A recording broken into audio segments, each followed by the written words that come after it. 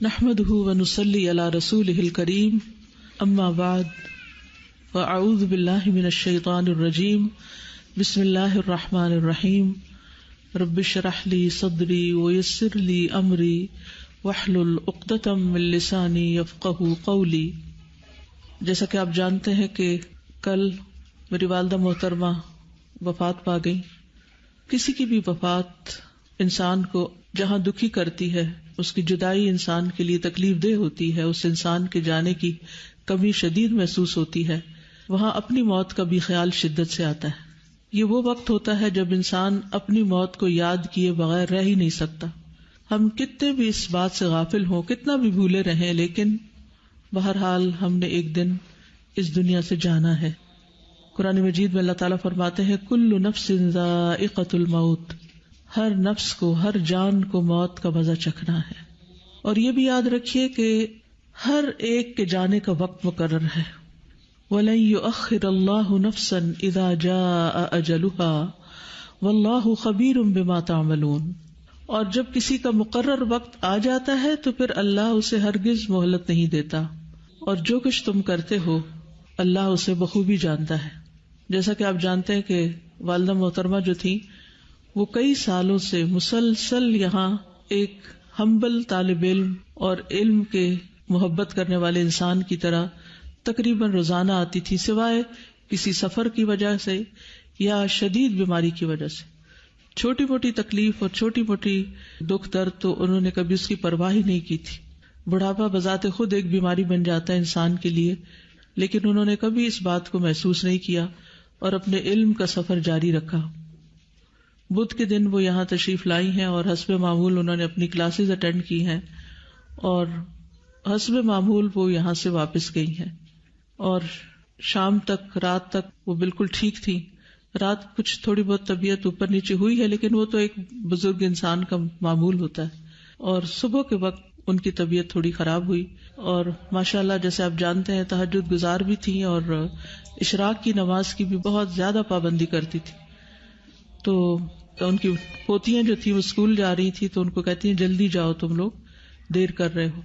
اور چھوٹی والی پوتی کو انہوں نے اپنے بیگ سے ٹافی نکال کے دی، اور اس کے بعد ان کے پیٹ میں شدید درد اٹھا، اور بیسیکلی وہ ہارٹ اٹیک تھا، اروٹا ڈائسیکشن تھی، جس میں ہوتا یہ کہ شاہ رگ جو ہوتی ہے دل سے نکلنے والی جو مین رگ ہے، جو ہمارے باقی سارے جسم کو بھی پھر اس کے آگے شاخیں ہو کے خون سپلائی کرتی ہے، تو وہ اوپر برین کو بھی جاتی ہے، نیچے کڈنیز تک بھی جاتی ہے، تو وہ ساری ایک طرح سے اس میں ٹیئرز آگے پھٹ گئی، اور یہ اتنا شدید پین ہوتا ہے، اتنا شدید کہ اس سے سروائیو کرنا اس کا مشکل ہوتا ہے۔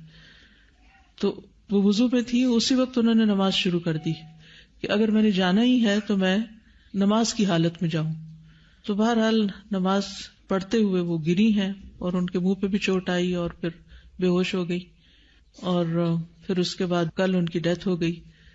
اور یہ 3-4 دن پچھلے جو تھے ہاسپٹل میں مسلسل الحمدللہ ان کے بچے، ان کے بچوں کے بچے ان کے پاس رہے، اور میں ایک ہی بات پر غور کر رہی تھی کہ بالکل ایک نارمل لائف گزار رہی تھی، وہ اپنے روٹین کے کام کر رہی تھی، آ رہی تھی، جا رہی تھی، اور یہ صرف موت کا بہانہ تھا نا، موت کا وقت لکھا تھا وَلَن يُؤَخِّرَ اللَّهُ نَفْسًا إِذَا جَاءَ أَجَلُهَا، اور اس میں بھی جو گھنٹہ، جو منٹ، جو سیکنڈ لکھے ہوئے تھے اسی پر ہی موت کا فرشتہ آیا اور وہ دنیا سے رخصت ہو گئی۔ بہرحال اللہ سبحانہ وتعالی ان پر اپنی رحمت نازل فرمائے۔ اس تکلیف میں، یعنی کہ اس اٹیک کے بعد، اسٹروک کے بعد مسلسل شدید تکلیف میں تھی، اور بیچ بیچ میں غنودگی آ جاتی تھی، لیکن یہ ہے کہ جب بھی ہوش آتا تھا، اور خصوصاً نمازوں کے اوقات میں، حیرت کی بات ہے جیسے تہجد کے وقت تو رسپونڈ کرنے لگتی تھی، ہاتھ اٹھانے لگتی، نمازوں کے اشارے کرنے لگتی، اور پھر یہ کہ ایک دن پہلے شام کے وقت ہاتھ اٹھایا اس طرح، یعنی پوری طرح ہوش میں بھی نہیں تھے، لیکن ہو سکتا ہے ہوش میں ہوتی ہوں، تو وہ ایسے ہمیں گلے ملی، یعنی ہم سب آگے آگے ہوئے، گلے ملی، سر پہ ہاتھ پھیرا، وہ یہ حسب معمول جو بہت ہی محبت کرنے والی اور ہر ایک کا احساس کرنے والی، تو ایسے دل میں تھوڑا سا خیال ہے کہ شاید یہ رخصتی کی ملاقات کر رہی ہیں، یا اللہ عالم، کیونکہ انسان غیب کا علم تو نہیں جانتا کہ کون سی چیز کس لیے ہو رہی ہے، لیکن انسان اندازے اور قیافے ہی کرتا ہے۔ بہرحال ان 3-4 دنوں کی جو تکلیف تھی وہ دیکھی نہیں جا رہی تھی. تو یاد رکھیے موت کی اپنی سختیاں ہوتی ہیں، ان بیماریوں کی اپنی تکلیفیں ہوتی ہیں، اور کسی کی بھی تکلیف کو دیکھ کر انسان یہ نہ سوچے کہ وہ انسان شاید اس نے کوئی بہت گناہ کیے ہیں اس وجہ سے.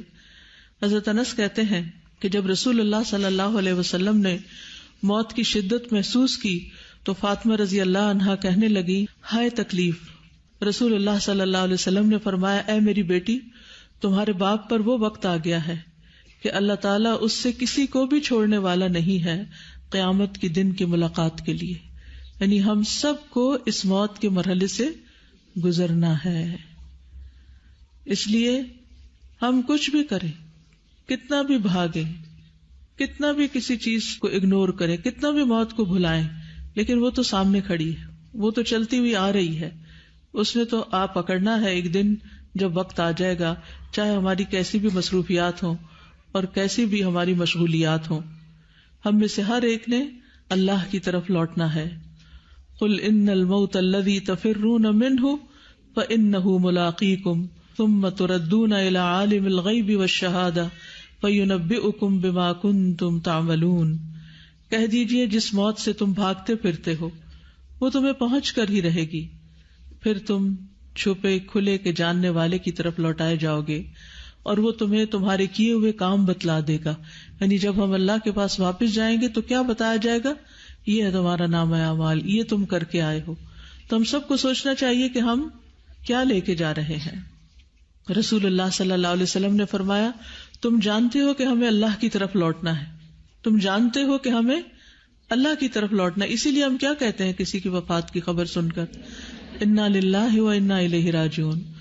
پھر جنت کی طرف یا جہنم کی طرف جانا ہے، اور وہ ایسی مستقل اقامت گاہ ہے کہ وہاں سے روانگی نہیں ہوگی، اس سے آگے کا کوئی سفر نہیں. وہ ایسی ہمیشگی ہے کہ جس میں موت نہیں آئے گی، اور وہاں ایسے جسم ہوں گے کہ جو مرنے والے نہیں ہوں گے، جن پر فنا نہیں ہوگی. اور یہ بھی یاد رکھیے کہ موت کی سختی ایک اٹل حقیقت ہے. قرآن مجید میں آتا ہے وجاءت سکرۃ الموت بالحق ذلک ما کنت منہ تحید. موت کی سختی حق لے کر آ پہنچی، یا حق کے ساتھ آ گئی، یہی ہے جس سے تو بھاگتا پھرتا تھا. یعنی انسان اس کو فیس نہیں کرنا چاہتا اور وہ سامنے آ جاتی ہے. رسول اللہ صلی اللہ علیہ وسلم کی وفات کے وقت آپ کے پاس ایک بڑا پانی کا پیالہ تھا جس میں آپ اپنا ہاتھ ڈالتے تھے اور پھر اس ہاتھ کو چہرے پر ملتے تھے اور فرماتے لا الہ الا اللہ، بلا شبہ موت میں تکلیف ہوتی ہے.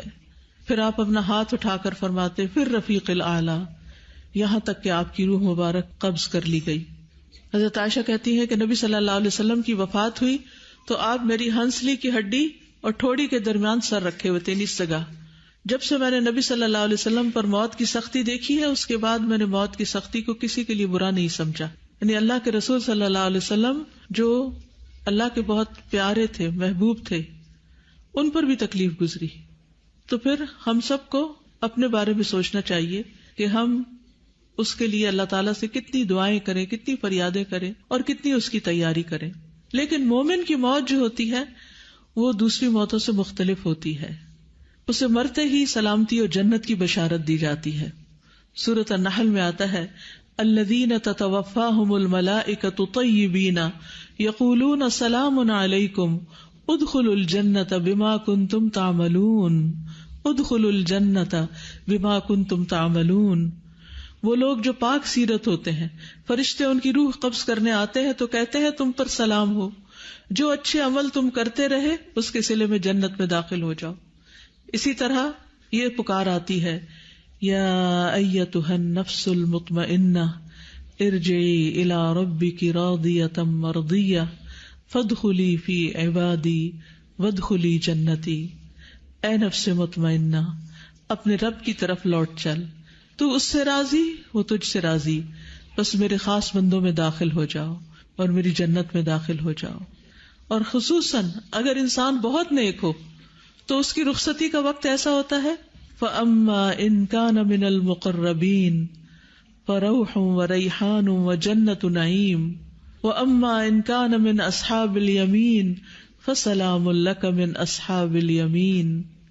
بس اگر وہ مقربین میں سے ہے تو اس کے لیے راحت عمدہ رزق اور نعمت والی جنت ہے، لیکن اگر وہ دائیں ہاتھ والوں میں سے ہوا تو تجھ پر سلام ہو کہ تو دائیں ہاتھ والوں میں سے ہے، یعنی اس کو بھی فرشتے آ کر سلام کرتے ہیں. امی کی وفات کے وقت زکیہ پاس تھی. السلام علیکم. وعلیکم السلام. جب امی کی وفات ہوئی تو میں اور میری بیٹی یہ ساتھ ہی بیٹھی، سعودیہ سے آئی تھیں نانی ماں کو ملنے کے لیے. ہم دونوں پاس تھے اور ڈاکٹر شاہین مفتی بھی جو شفا ہاسپٹل میں ہوتی ہیں، ان کی امی سے بہت محبت تھی تو ان کا ہاتھ امی کے ہاتھ میں تھا. اور امی اٹھی ہیں، حالانکہ ان کو نیند کے لیے انجیکشن لگاتے تھے تاکہ ان کی تکلیف میں کمی ہو سکے، لیکن ان کی جب آنکھ کھلی ہے تو میں نے پوچھا آپ پانی پئیں گی؟ کہتی ہاں. پھر میں نے ان کو پانی پلایا، تھوڑا سا سرنج میں ڈال کے پانی دیا گیا کیونکہ منہ بہت ڈرائی ہو چکا تھا، آکسیجن لگی ہوئی تھی. اور پانی پینے کے بعد میں نے پوچھا آپ ذکر کر رہی ہیں؟ یاد دہانی کراتے رہتے تھے تاکہ ذکر ہوتا رہے. تو کہتے ہیں اشارے سے ہاں. پھر میں نے کہا چلیں تھوڑا سا اونچی آواز سے کوشش کریں کلمہ پڑھنے کی.